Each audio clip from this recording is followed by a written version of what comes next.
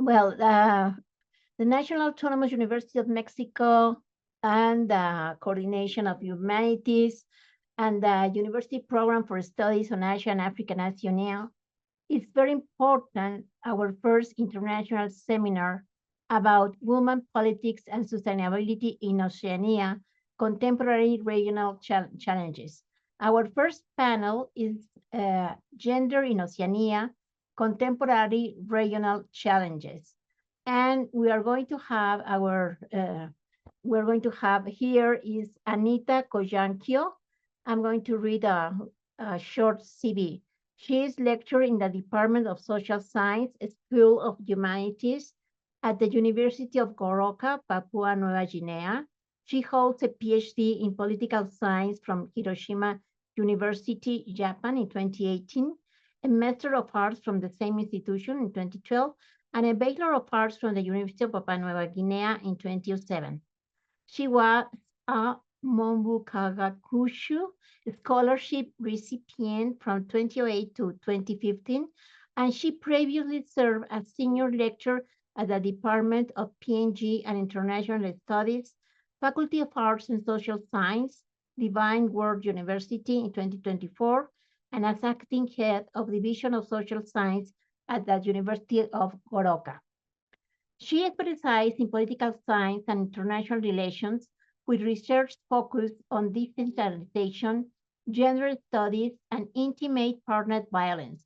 She has published articles in academic journals, including Bougainville, Station and Decentralization in Papua New Guinea, in Catalyst Pastoral and Sociocultural Journal for Melanesia.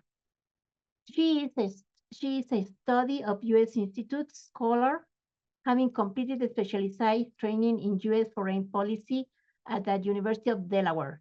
Her current research includes studies on men as victims of intimate partners, violence in Eastern Highlands, and women's marginalization in Papua New Guinea political process. So to continue, I'm going to present Alma Cervantes, who is going to take part of this conversation, and she is part of our PUEAAO. Thank you very much, and welcome to this conversation to all of you. Thank you very much. Thank you, Dr. Giron, and good afternoon, everyone, and welcome to panel one. This panel is called Gender in Oceania, Contemporary Regional Challenges, and it is part of the International Seminar on Women Politics and Sustainability in Oceania. We are going to start today. We are going to have two presentations, and it's going to be followed by commentary and questions and answer session. First of all, I would like to present our first speaker, Dr. Alia Imtoual. The Dr. Alia Imtoual is the counselor at the Australian Embassy in Mexico. Working closely with her counterpart in Brazil, Alia has responsibility for Australia's education, training, and research relationship with Mexico and other Pacific Alliance countries, such as Colombia.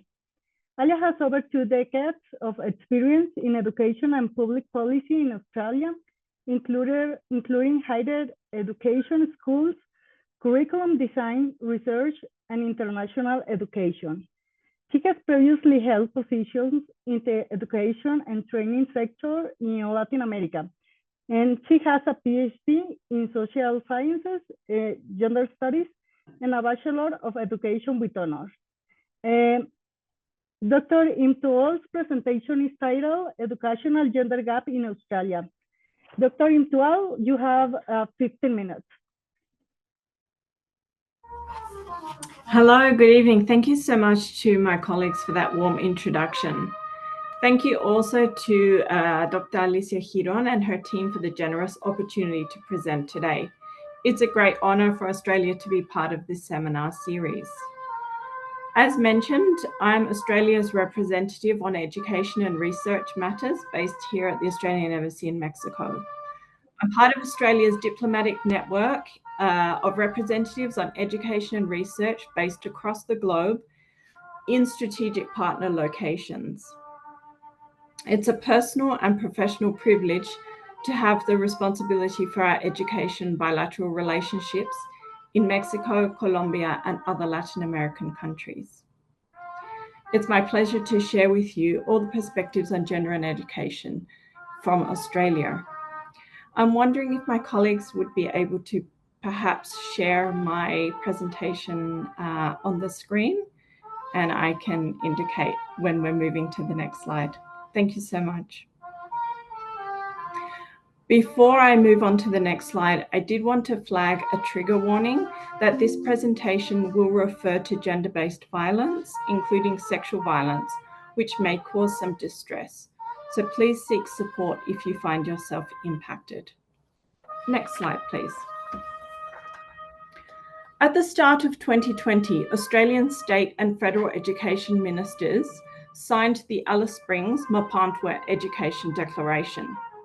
It sets out a vision for a world-class education system that encourages and supports every student to be the very best that they can be, no matter where they live or what kind of learning challenges they may face.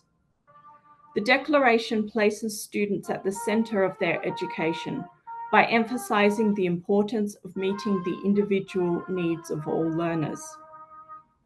Reflecting the changing nature of education, the economy, and work, the refreshed goals articulate the knowledge and skills required for the 21st century, and the importance of learning throughout life, from early childhood onwards, and the need for effective transitions between all stages of learning.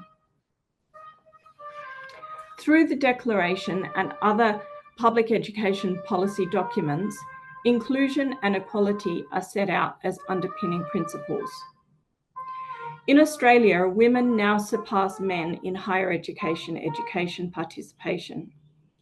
However, gendered patterns persist as women tend to dominate fields like health and education, while men are more concentrated in STEM fields like IT and engineering.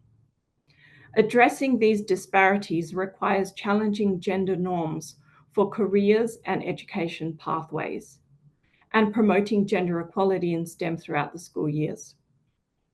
There's also some data to indicate other gender patterns, ones which disadvantage boys. A recent report into one Australian school sector's outcomes revealed that many boys are struggling with literacy and are also overrepresented amongst the most academically vulnerable school students. This trend can drive adverse outcomes for young men in higher educational attainment and employment participation. Efforts to address the decline in boys' literacy and school completion rates are a different aspect of gender equality in Australian education. In higher education, there have been efforts to encourage men to take up courses in so-called feminized careers, such as nursing, allied health professions, and early childhood and primary teaching degrees. Increasingly, an intersectional approach to gender issues means that disability, First Nations, rural and regional, and low socioeconomic perspectives are considered along with gender. Next slide, please. The Workplace Gender Equality Agency is an Australian government agency with a legislated purpose to, among others, promote and improve gender equality, including equal remuneration between men and women in employment and the workplace, support employers to remove barriers to the full and equal participation of women in the workforce, promote amongst employers the elimination of discrimination on the basis of gender in relation to employment matters, including in relation to family and caring responsibilities. Through legislation, private and Commonwealth public sector employers with 100 or more employees are required to report annually against 6 gender equality indicators. Employers with 500 or more employees must also have a policy for each of the 6 gender equality indicators. The agency works with employers to help them comply with reporting requirements under legislation.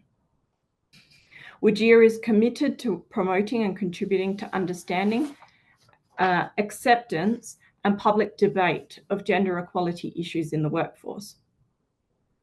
Australia recognises that part of achieving a more gender equitable society is to address the gender pay gap in different sectors, including in education and training.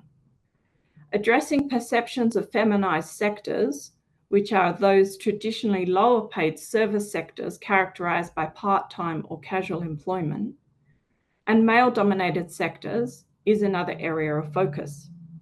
For example, through programs to encourage women to study mining engineering or take up a trade apprenticeship. Australian government data indicates that industries with the highest pay rates have the highest gender pay gaps. In 3 industries, mining, electricity, water, waste services, and financial and insurance services, 90% or more employers have a gender pay gap in favour of men, and more than 80% of those employers have a gender pay gap above 9.1%. In 2023-24, the voluntary participation in the Workplace Gender Equality Agency reporting yielded responses from 4,987 employers. Employees in healthcare, social assistance, and education are the most likely to work for an employer with a neutral gender pay gap, and these are female-dominated sectors in Australia. To address gender equality in a sector with a large gender pay gap and other inequalities, the Australian government is investing $60.6 million in the Building Women's Careers program to drive systemic structural and cultural change in training and work environments.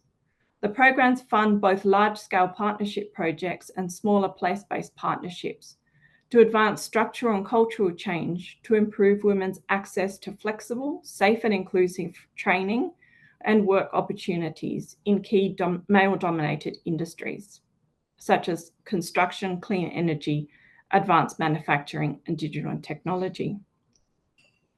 These programs bring together industry, employers, registered unions, training organisations, and the community to deliver projects ranging from allyship programs that encourage industry-wide male advocacy for women to rolling out national flexible workplace policies benefiting all employees.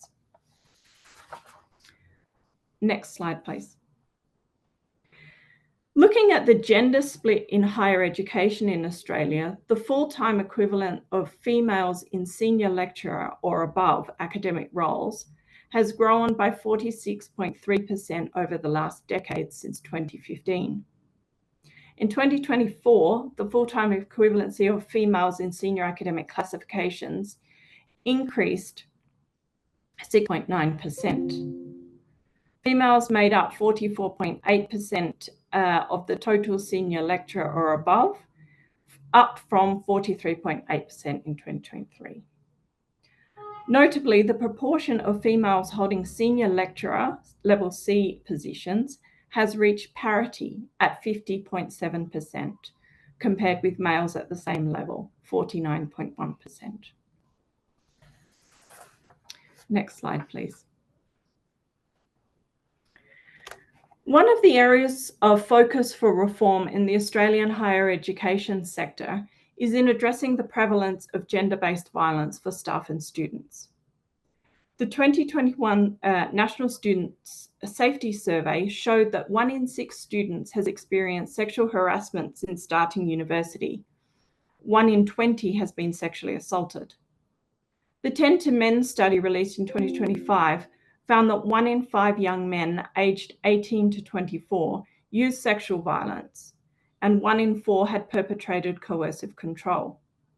These figures highlight the urgent need for primary prevention, cultural change, and early intervention.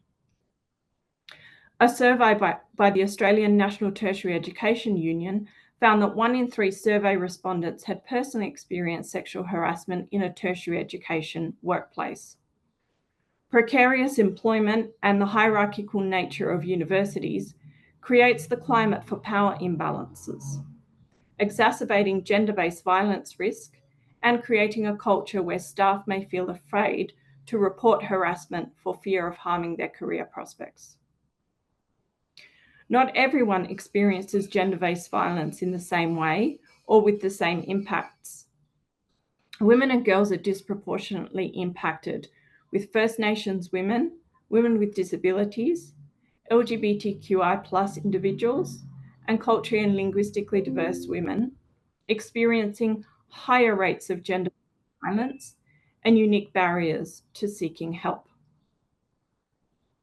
Sexual violence and intimate partner violence are common among women international students in Australia. Financial stress, housing insecurity, low social support, and concerns about visa status can exacerbate risk and create barriers to reporting and getting help. Culturally appropriate support services both within universities and the broader service system are essential. Next slide, please. In February 2024, education ministers across all Australian jurisdictions agreed to and released the action plan addressing gender-based violence in higher education. The action plan seeks to create higher education communities free from gender-based violence through 7 actions, including the establishment of a national student ombudsman, introducing a national higher education code to prevent and respond to gender-based violence. Next slide, please. The National Student Ombudsman commenced operation on the 1st of February 2025. It's an independent and impartial service and provides an effective trauma-informed pathway for higher education students to escalate complaints about their higher education provider. The Ombudsman can handle student complaints about a broad range of issues, such as gender-based violence, racism, disciplinary processes, course administration, and reasonable adjustments for students with disability or special circumstances. It has powers to make recommendations to a provider about specific steps to resolve a complaint, share information with relevant regulators to further compliance action if needed, and promote best practice amongst complaints handling across the higher education sector. Next slide. On the 25th of August 2025, the Australian government passed the Universities Accord National Higher Education Code to Prevent and Respond to Gender-Based Violence Bill 2025, which establishes the mandatory national code instrument. The National Code sets national standards and requirements that higher education providers must meet to effectively prevent and respond to gender-based violence, including in student accommodation. The National Code defines gender-based violence as any forms of physical or non-physical violence, harassment, abuse or threats based on gender that results in or is likely to result in harm, coercion, control, fear of deprivation of liberty or autonomy. This means that the National Code covers not only sexual violence, which continues to be recognised as a key issue in higher education, but also other forms of gender-based violence, intimate partner and dating violence, family violence, and sexual harassment. It also seeks to capture co-occurring types of violence. As we know, it's common for someone to experience multiple forms of violence in one incident or in the context of a given relationship. Next slide, please. Oh, just one moment. Sorry, if you could go back. And the National Code establishes mandatory requirements for higher education providers across 7 key standards. Those are around accountable leadership and governance, effective governance, and a whole of organisation approach prioritizes safety and support in the prevention of and response to gender-based violence. There's a standard called Safe Environments and Systems. Higher education providers' environments are safe and their systems continuously improve to prevent and respond to gender-based violence.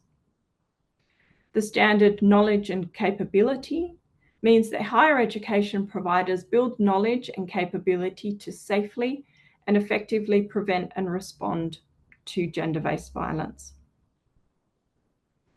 This Safety and Support standard means that responses and support services are safe and person-centered. Next slide. There's a standard on safe processes to ensure that all processes are safe and timely.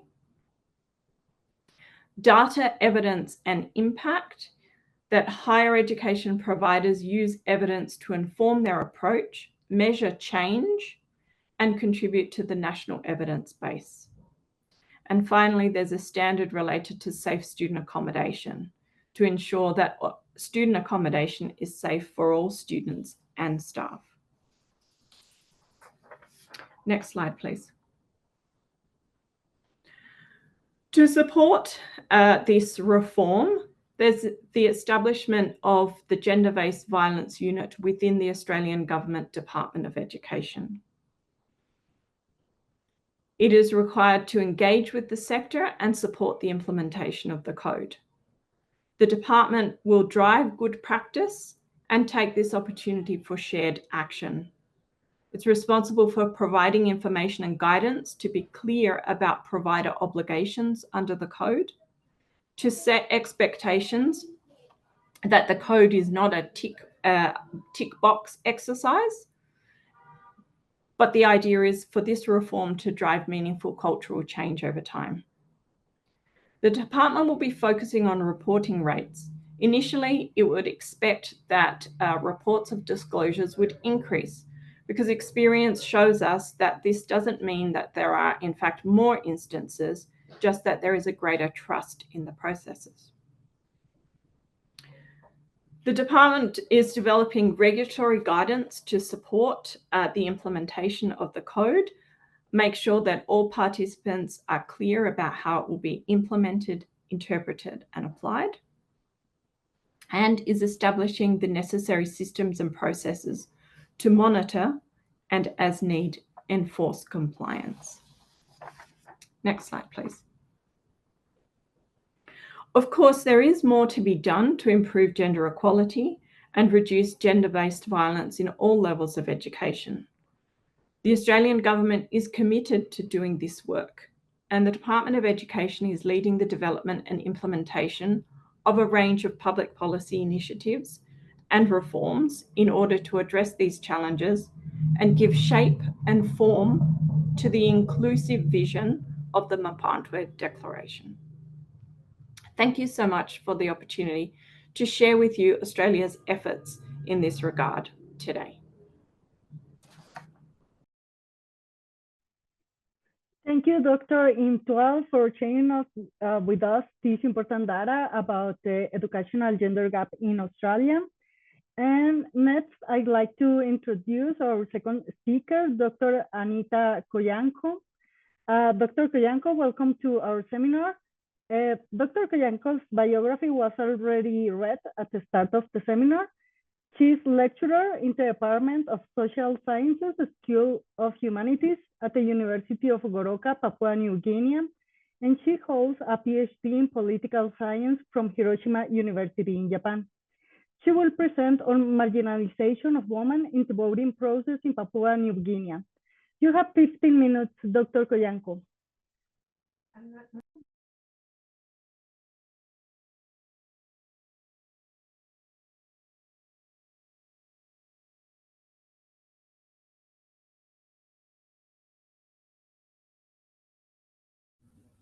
Hello. Hello, Dr. Koyangko. Okay, good morning. My sincere apologies. I'm having some network issues here and I cannot seem to get my video on. However, I just emailed a copy of the presentation if it could be shown to the audience. My sincere apologies for that. I guess I will be just presenting without the camera, if that is okay. Yeah, it is okay, no problem. I am looking for the presentation, but I can find it at the email. Can you see it?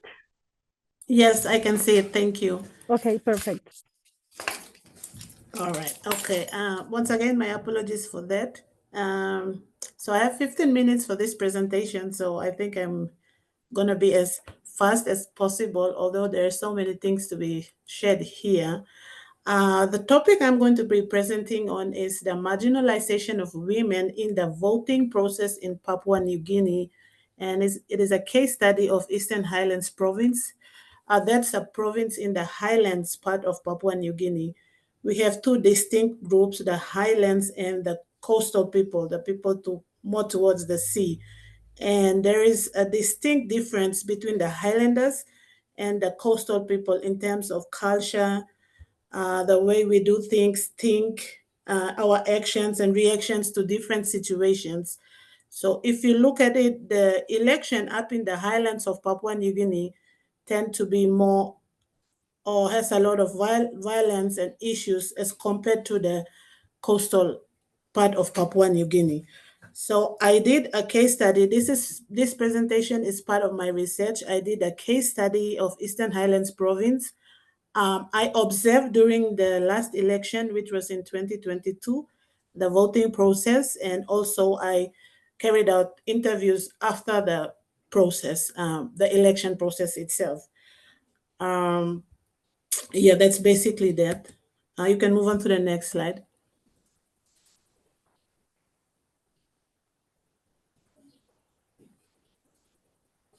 Okay, so I asked this question, or I posed this at the beginning of the presentation, women's participation in politics. Where are we 50 years on? Papua New Guinea just celebrated its 50th anniversary last month on the 16th of September. And we are at this juncture where we are asking this question, how far have women come, especially in their participation in the political process? So many renowned scholars, both in Papua New Guinea and abroad, have written about PNG's women's participation in the political process. However, much of these literatures are focused on women participating in elections, the women that are intending to contest elections. And so far, most of this research and most of the literatures that we have are focused on that. And it does not really translate to explain how women participate in the political process, because if you look at it, majority of the women take part in the voting itself. It is only like 5% of women that take part in contesting for elections, but the majority of the women take part in the voting itself. So this presentation will be about how women vote in elections and the struggles that they face. Okay, you can move on to the next slide.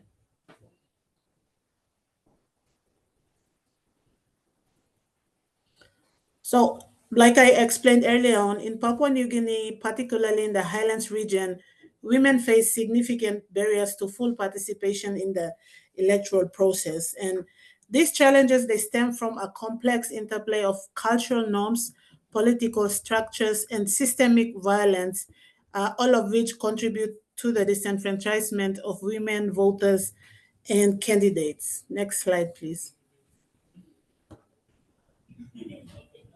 So this paper that I was working on departs from focusing on women contesting general elections and focuses more on women participating in the voting process itself.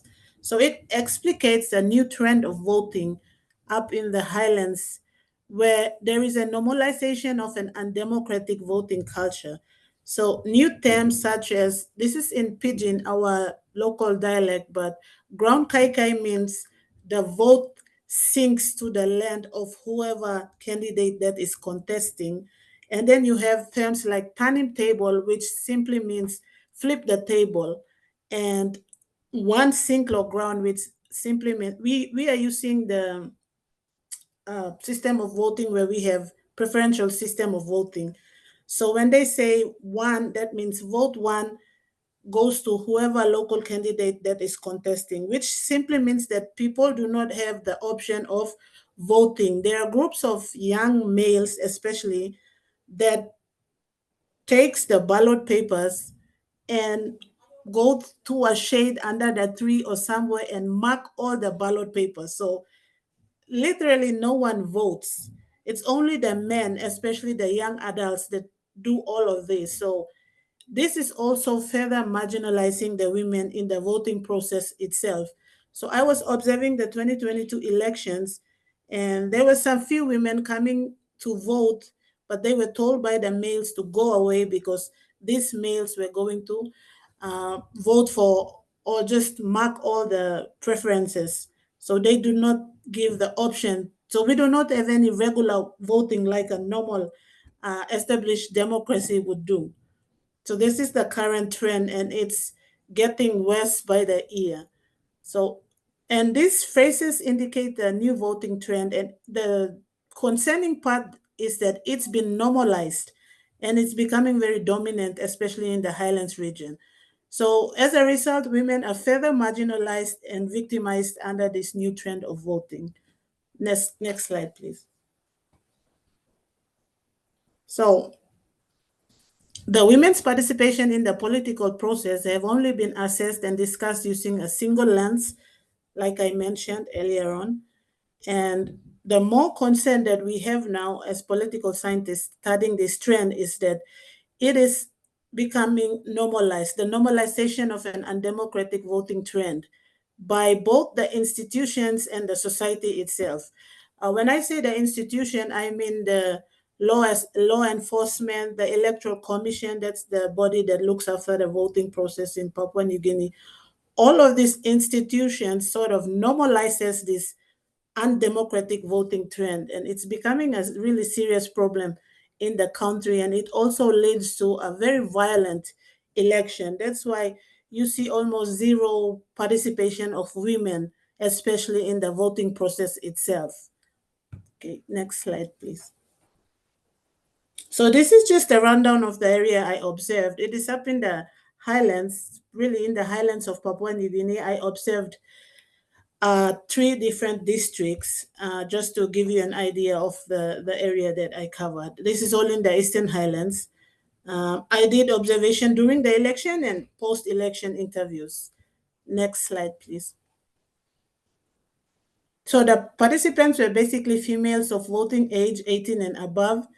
And I divided the questionnaire into 4 sections, and general participation, barriers and challenges, influence and pressure, changes going forward. So the findings were expected, but quite alarming hearing it from the women themselves. Oh, next slide, please. So under the general participation, the summary is there are a good number of women actually registered to vote, but cannot freely exercise their right to vote. So they were asked the question, did you vote in the last election? And almost 90% responded no, they didn't vote. Next slide, please.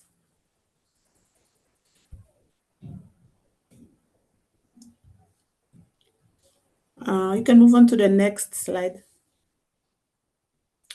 Okay, here I have influence and pressure. So although women feel free to choose their candidate, there's still some form of pressure and influence from the community. So they were asked if they felt free to vote. A good number said yes, but there is also a good number that responded that they are also still influenced by their choices and they still feel the pressure and influence from the community. Okay, next slide, please. So I asked if they would prefer some sort of changes going forward. This question was asked just generally, not really indicating what kind of changes they would want. Most of the women prefer separate polling areas from men going forward. Because what is happening now is there is only one polling area and then males and females go and vote in the same area. But because all of these things that are happening, the women prefer to vote separately from the males. So almost 98% of the women said they want to vote separately. Some are concerned about security. They want more security, and only a few women mentioned something about improvement on logistics by the PNG Electoral Commission. Okay, thank you. Next slide, please. So the discussion here is that in Eastern Highlands, the case study in which I was looking at, voting trends are changing and becoming more undemocratic in nature in favor of the male population. So the women their greatest concern or the threat to them exercising their democratic rights to vote is their fellow men, the male population in the village. And the institutions are not providing enough security, or you even have polling officials that agree to these undemocratic practices in which they distribute the ballot papers to the young male population to go and mark. So this behavior in this way, it's completely normalized by law enforcement, by the institutions that we have in place, like the Electoral Commission and all that. And this is, I think, the greatest fear or the threat that we have in the coming future, whether women would be able to vote at all. So the other issue that's added onto this is the weak institutions, like I mentioned, and lack of the capacity further exacerbates the problem. So it is not only a practice done by males in the village or in the polling areas, but these practices are made possible because of the weak institutions and weak law enforcements that we have in place. And it is a trend that has gone from bad to worse. Like we normally have election violence, related violence, almost in all our elections. But as we developed and we are at this 50 years of anniversary, instead of progressing, we are regressing. And women have become the biggest victim in this new trend. Okay, next slide, please.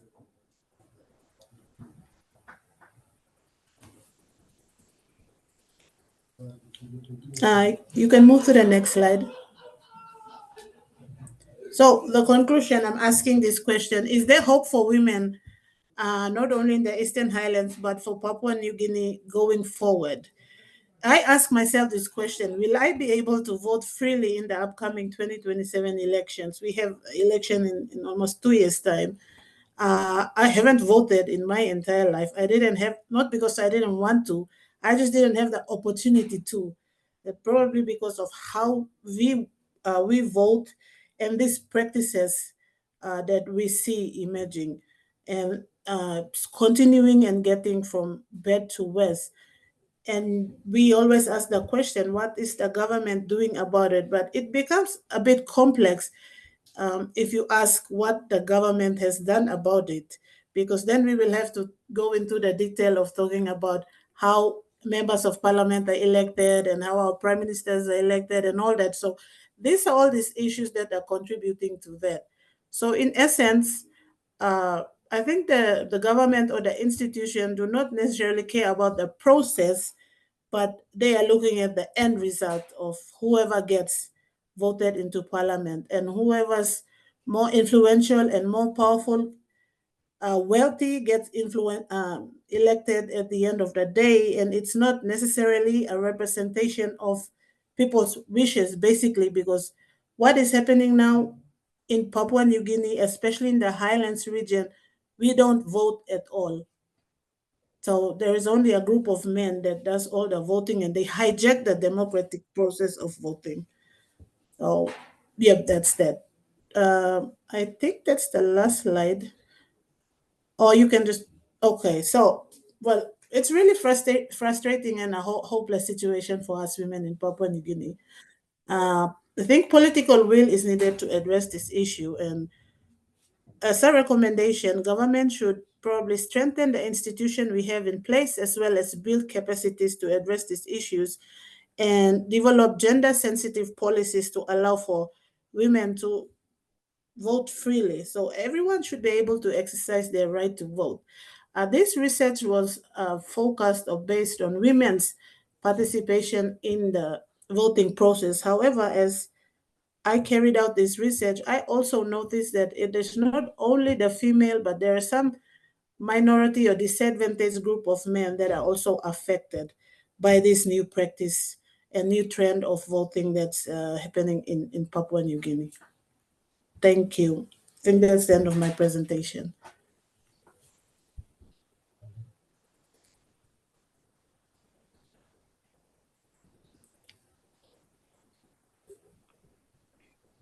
Thank you, Dr. Anita Koyangko, for your presentation. Now I'm going to. Can you say it anymore, right? It is. Sorry? Can you say it, your presentation right now, right? Okay. No, no, I Perfect. can. Okay. Now, now we will move on to the commentary part of our panel, and I am pleased to welcome our commentator, Alejandra Tapia. I am gonna read her bio.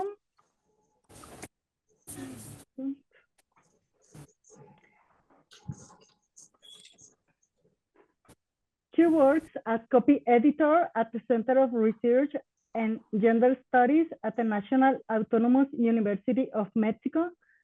She holds a BA in English and an MA in Japanese Studies. Her graduate research project deals with the concept of death in the novels of one of the most renowned contemporary Japanese writers, Haruki Murakami. She has worked as a teacher, copywriter, academic manager, and has more than 50 years of experience as a translator and editor. As a literary translator, her latest work is 6 Días en Roma, written by Francesca Giacomo.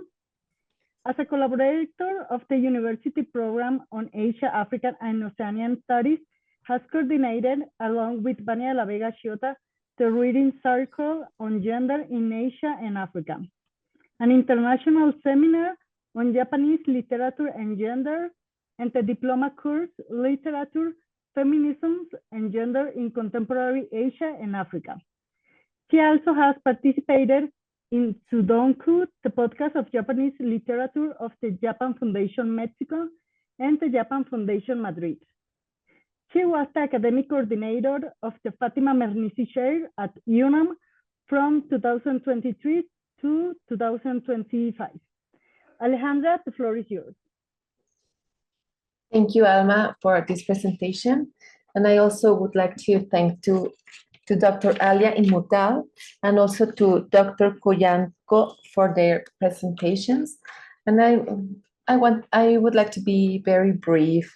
When Dr. Alia was presenting her slides, I was thinking about women in STEM here at UNAM.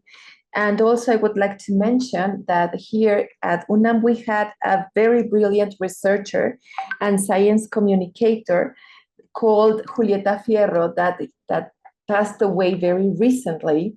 And she opened the road for science, well, in relation to science for women here at UNAM, and I think here in Mexico and also in Latin America. I also thought that here at UNAM, women also are concentrated in the so-called feminized careers. There's also this trend in Latin America and in Mexico. And also within STEM, women tend to concentrate in careers such as biology that are very feminized as well, or are becoming feminized with time. Also, your presentation, Dr. Alia, made me think about another fact, that is that the majority of researchers here at UNAM, the top researchers at UNAM are male, whereas the majority of academic technicians are female. And of course, we earn less money and we have less privileges. So there's also a very evident gender gap here at the university here at UNAM. There's also the topic of sexual harassment that you talked about, that you shared with us. And here in Mexico, and particularly at UNAM, there were many protests here regarding sexual harassment, from teachers to students, and also to other students, from male students to female students. And there were many protests in 2019 and 2020, and that resulted in the creation of a coordination of gender equality. And also there was also the creation of a community guiding people. I am part of that program. And of course, it is helping students, it is helping female professors and female workers to deal with sexual harassment here at UNAM. However, victims are not happy with the outcomes because they perceive that they are not strong enough, that they are not that they are not actually working. So we as university, we have to work more to deal with sexual harassment in an effective way. There is also, I would like to share with you that there's a book written by the former director of the center where I work, the Center for Gender Research and Studies. Her name is Ana Buquet. And that book was called in Spanish, Intrusas en la Universidad, that would be translated as Intruders at University. And it's about the obstacles that women, not only as students, but also as professors, also as academic technicians, that we face in the context of undergraduate and graduate education, which are plenty. And well, that this book is, this research, this investigation is going to have like a second book, because it is a very, very important research to do, the way in which we women at UNAM are facing obstacles in terms of gender gap, of wage gap, and also of sexual harassment. And in relation to Dr. Koyangko presentation, I would like to share that here in Mexico, women earned the right to vote in 1955. However, when we vote, there are many people, and many women here in Mexico, and also men, are forced to vote for a certain candidate. Support is frequently conditioned, and there are so many problems that we are facing regarding political participation. As well as in Papua Nueva Guinea, there is also marginalization of women in politics. Here, because our presence is very often related to simulation, and the men behind us, or behind women who are in politics, are the ones who actually take the decisions. Now, as you may know, for the first time in history, we have a female president. However, from my point of view, that does not mean that she has an agenda that privileges gender equality or a feminist point of view. They say, well, women in politics, and particularly in the party in power, say that we are living a time for women. That's their slogan, because we also have a majoress in Mexico City, but I do not see significant differences in the way they exercise power, or in the way they take decisions, or respond to the problems that ordinary people face in their everyday life. I would like to say, or to add, that the gender of the decisions makers, that I would like that the gender of the decisions maker could mean as sound differences in terms of social justice, but that has not made a difference so far. So I think that we, as well as in Papua Nueva Guinea, we have also a very serious problem in regards to political participation of women, and in regards to participation in universities in a peaceful and in a safe way.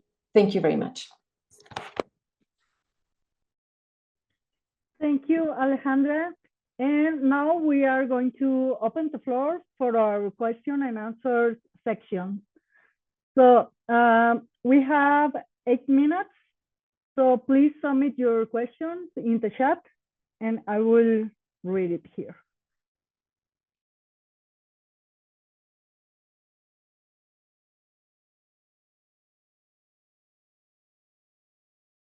Well, while we wait for these questions, I have one question for both of our speakers.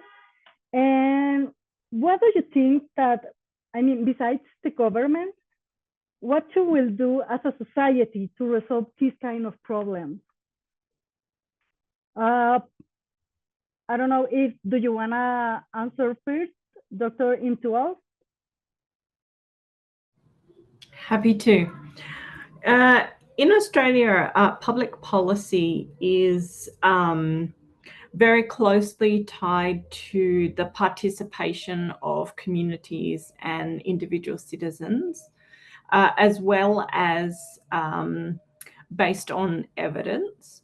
So one thing that I touched upon and I hope to show with my presentation was that at every step of the development of public policy to address different issues, challenges, problems that we face as an Australian community, the decisions should be, or the formation of public policy should be based on data, should be based on evidence, and should be developed in consultation with communities and affected impacted individuals. And so the design of public policy to deal with a whole range of challenges, whether they are in education, whether they are in access to certain kinds of training programs, whether they are aimed at shifting the way that we think in our communities, there's opportunity built into the design of public policy in Australia where we have to consult with community members. We have to consult with different groups who have different perspectives and make sure that to the greatest extent possible, the public policy solutions that we're designing are in response to those concerns. So I think that in response to your question, we wouldn't see it as government versus community. Actually, the process requires the participation of community and government and individuals in order to have robust public policy designed to address different issues, whether it's, intimate partner violence, or whether it's, reducing gender pay gap, or any number of other of the issues that we've discussed today. Thank you very much. Dr. Koyangko, if there is something that you want to add, and also we have another question for you. I'm going to read it right now, so if you want, you can answer both. Dr. Koyangko mentioned that women in Papua New Guinea, there might be regressing in state of progression for women in politics. Could she explain how the situation was better in the past?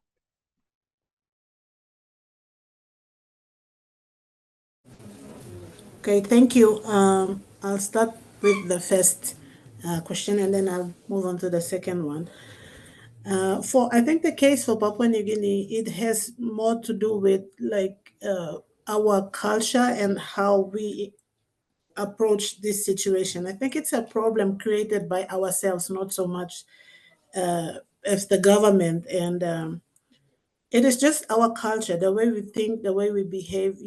Politics has always been seen as a men's game in PNG, Papua New Guinea. So women never had an equal platform, even throughout our entire history of being a democratic country. And I think the more responsibility lies with the people, how we think, our mindset and our attitude towards these things. So there is this culture where politics is associated with wealth and what that, sort of a patron client kind of relationship, and how a winning candidate can access whatever they access at the national level. And, PNG politicians just become millionaires overnight. That's the saying that people talk about. So there is this culture within our society that promotes this kind of trend of voting and incite violence also, the fight for the power.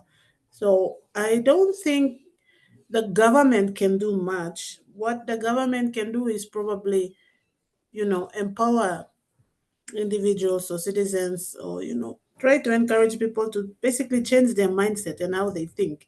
That is our biggest problem and will still be a big problem in the near future or in the years to come.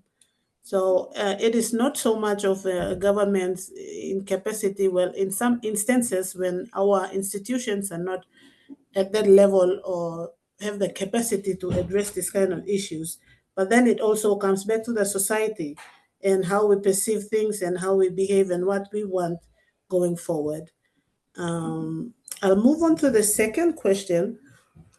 Well, right after independence coming forward, we had a number of female candidates that actually got voted into parliament. So the highest number of females that we had in parliament was, I think, 3 or 4 governments ago, when we had 3 women being voted into parliament. And then in the subsequent election, we had 0 women, and then now we have 2. So that's for the women candidates that are contesting the elections. But for the majority of the women that are actually voting or participating in that arena, just after independence, and I think 10 to 15 years ago, women actually got the opportunity to vote. So they actually stood in line, actually casted their vote. However, in recent years, this has almost died away. The trend has completely changed to only, like I mentioned in my presentation, only a group of certain individuals getting the ballot papers or being given the ballot papers by the Electoral Commission officials. So you have only like 5 group of men marking the entire ballot papers to whoever they want to. And this, in a way, it's not progress for us. We have come like 50 years of independence. You would think that people are free to vote, especially, being a democratic country. Electing a candidate is a pillar of democracy, the voting itself. But it has been hijacked to a point where women no longer vote. So before, women actually voted. Currently, and the trend that is happening, women don't participate anymore. And people don't even vote the way they vote anymore. It's only a group of men that does all the voting. So this is sort of a regress and not progress for us if we want to talk about women's participation in the political process. So that was what I was referring to. Thank you. Thank you, Dr. Anita. And we have one last question, but if you can help us to respond briefly, because we have another panel, but we don't want to miss anything. So I'm going to read it. From your point of view, Dr. Koyangko, what will be a good point to start taking women into account in decision-making in New Guinea? So I would say that our greatest challenge as a nation is our own culture, the culture that we have, the way we think and the way we do things.